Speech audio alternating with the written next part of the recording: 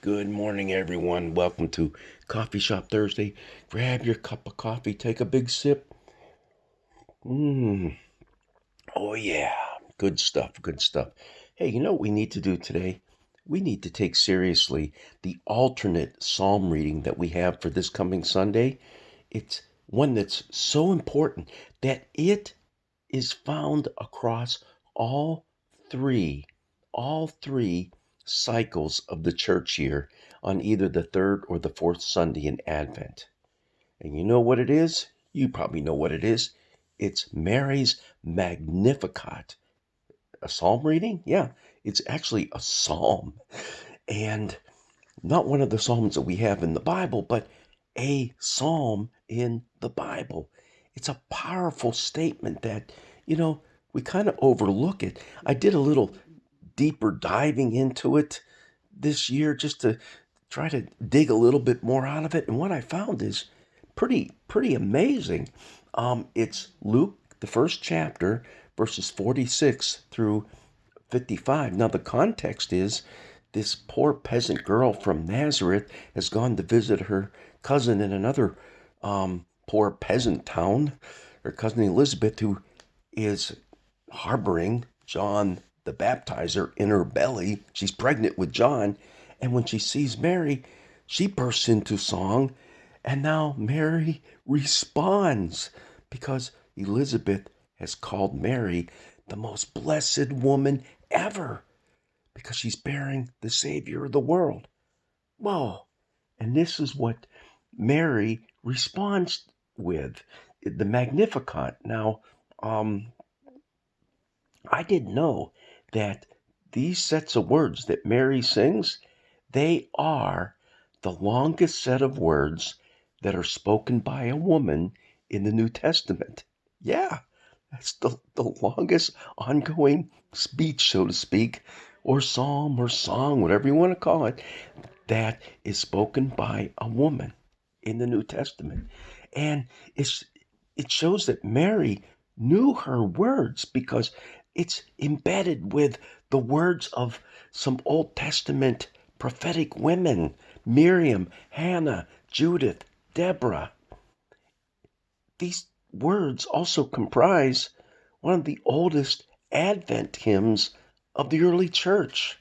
Yeah, and it has on it music that has been composed by many famous people through the centuries. Um, yeah. Hey, you know the song "Mary, Did You Know"? You know how we all love that song. It's hauntingly beautiful. Well, it undergirds that whole psalm, that whole song that it's being sung on the radio. Mary, did you know that your baby boy? Yeah, come on. We all love it. Wow. You know what? It's powerful. It's powerful in its imagery. It's powerful in its value for you and for me. Um, this reading of Mary's Magnificat has been banned by some countries, even in recent history.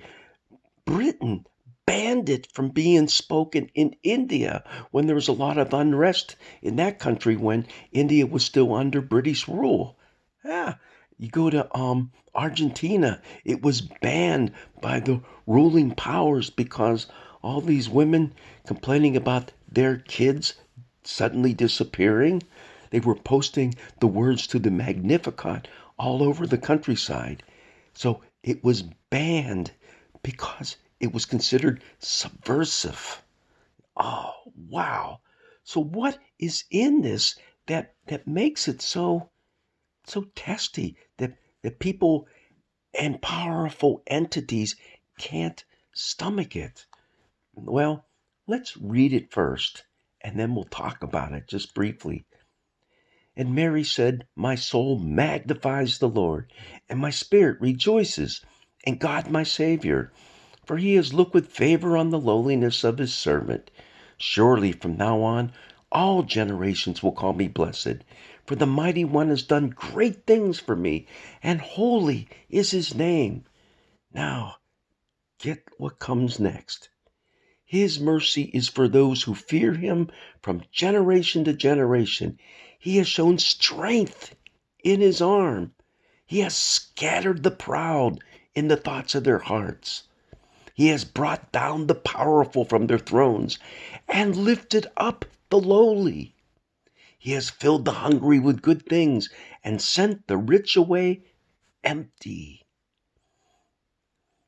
He has helped his servant Israel in remembrance of his mercy, according to the promise he made to our ancestors, to Abraham and his descendants forever. Wow, powerful stuff, powerful words. No wonder they were banned in some of those countries. My soul magnifies the Lord, my spirit rejoices in God my Savior. This is a hymn, a psalm of joy, overwhelming joy. And that's what it should be for us too, because God is putting things right in this world of ours. Think about Mary, some poor little peasant girl who's pregnant, a teenager who's pregnant. She could have been put to death. Yeah, that was acceptable in that culture. You're pregnant and you don't have a husband, boom, see ya. Wow. And to see that she's handpicked by God to bear this child who's going to turn the world upside down, bring to the world righteousness. Wow. He's looked with favor on the lowliness of his servant. Yep, he sure has. And surely from now on, all generations will call me blessed. I mean, she could have said, God, what are you doing to me? Why me? Why not somebody else? Why do I have to go through all this? No, instead it's, wow, I can't believe you're doing this. You actually handpicked me. Do we sometimes complain that God's picked us to do something? And we say, I can't. Mary could have said, I can't. Instead, she said, I will. I will. Wow. Incredible stuff. And how about this bringing down the powerful from their thrones and lifting up the lowly? Does that automatically mean that when God finally comes in the fullness of his kingdom, that anybody who's rich and powerful is going to be knocked down and everybody else automatically gets a ticket to heaven? I hardly think that's what's happening, but this is what the grand reversal that Luke envisions and the prophets envision is saying to us. It means all the food pantries of the world are going out of business. They're going to be boarded up. Why? Because we won't need them anymore. Do you hear that?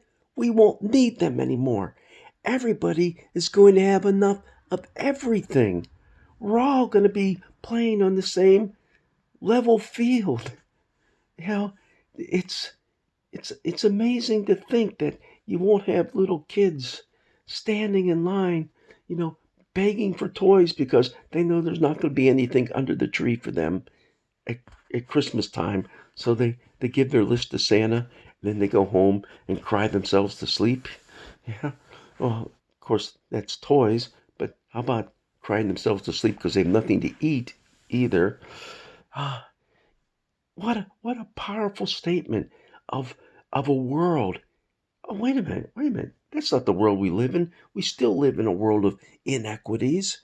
We still live in a world where very often the rich get richer at the expense of those who are marginalized and those who are oppressed. Yeah, that's a world that we live in. Why is Mary speaking as if this is already happening? Did you notice the verb tenses? It's as if it has happened. And you know why the verb tenses are like that? It's because that's the way the prophets could envision the coming future of the world, as if it has already started happening. And in Jesus, you and I, as Christians, as those who believe in this one who came to turn this world upside down, is already doing it. And guess what? He's doing it through you and through me. What a powerful statement this is. Not just some looking way down the road to some by and by, pie in the sky, heavenly vision. This is a vision for us to live into right now. You and me. Oh man, I need another drink of coffee real fast because um, this is almost too much to bring in because it invites us into Mary's song, Mary's psalm, the one that she sings out so boldly as a little peasant girl, teenager at that, poor podunk town that she came from. Wow, turning the world upside down.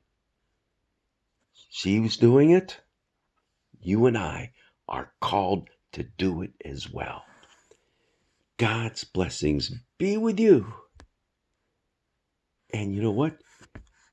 Advent's more than just getting that Christmas tree up and the decorations out. It's about raising up the lowly among us. We can do it together through the blessings of a God who has called you and me to participate in his kingdom life. See you later.